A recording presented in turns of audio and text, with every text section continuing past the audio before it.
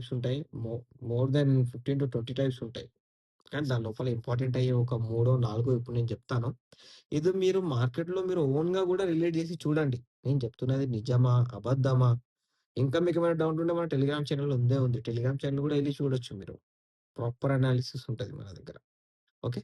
So, ఇప్పుడు మీకు చెప్పే కొన్ని విషయాలు మీరు చాలా మైండ్ జేయాలె. చాలా మీన్‌గా తీసుకోవాలి మీరు. ఆ! మాకే చెప్తున్నాడు. ఇట్లా మమ్మల్ని ఇట్లా అంటున్నాడు అన్నట్టు మీరు మెయిన్‌గా తీసుకోవాల్సిందే. ఎందుకంటే నేనిక్కడ టైం తీసుకొని మీ దగ్గర వచ్చినా అంటే దానికి విషయం ఏందంటే, నేను చూసిన లైవ్స్‌లలో ఆ లైవ్స్‌లో మీరు రావద్దు. అది నా పాయింట్ చేసే విషయం. సీ బ్రేకౌట్ అనేవి ఫస్ట్ టైప్ చెప్తాను నేను. ఫస్ట్ టైప్ వచ్చేసి ఇది బ్రేకౌట్. పర్టిక్యులర్ లో ఏదైనా లో కానివ్వండి, పర్టిక్యులర్ లో. ఇక్కడొచ్చేసి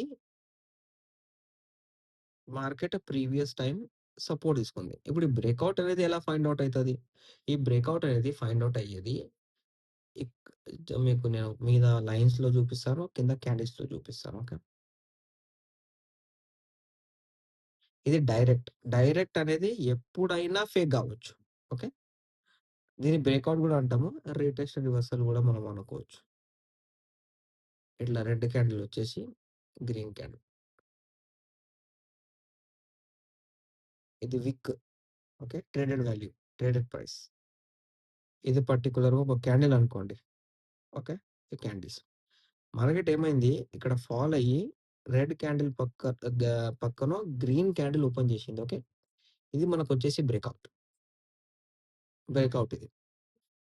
ఇప్పుడు సేమ్ ఇలాంటి బ్రేకౌటే ఇక్కడ మీకు లెవెల్స్ చూపిస్తున్నాను గదా! ఈ లెవెల్స్ చూపిస్తున్నాను గదా! సేమ్ ఇలాంటి బ్రేకౌటే ఇక్కడొచ్చిందనుకో